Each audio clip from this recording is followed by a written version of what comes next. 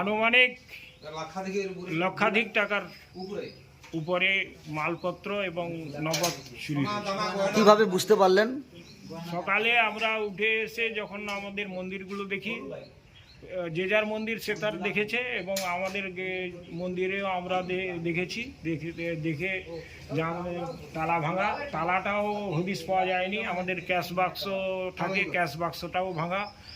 এই অবস্থায় আমরা চতুর্দিকে খবরাখবর করছি, থানায় জানানোর জন্য প্রস্তুতি নিচ্ছি। থানাকে জানিয়েছেন না? থানাকে এমনি আমাদের এখানকার সিভিক পুলিশ রমেশ করণ, তার মাধ্যমে জানানো হয়েছে। আমরা যাব আবার লিখিত ডায়েরি করে। কি মনে হচ্ছে কারা চুরি করতে পারে? আমার মনে হচ্ছে এখানকার স্থানীয় একটি মহিলা এখানে থাকে, তা সে তার কি করে সংসার চলে জানি।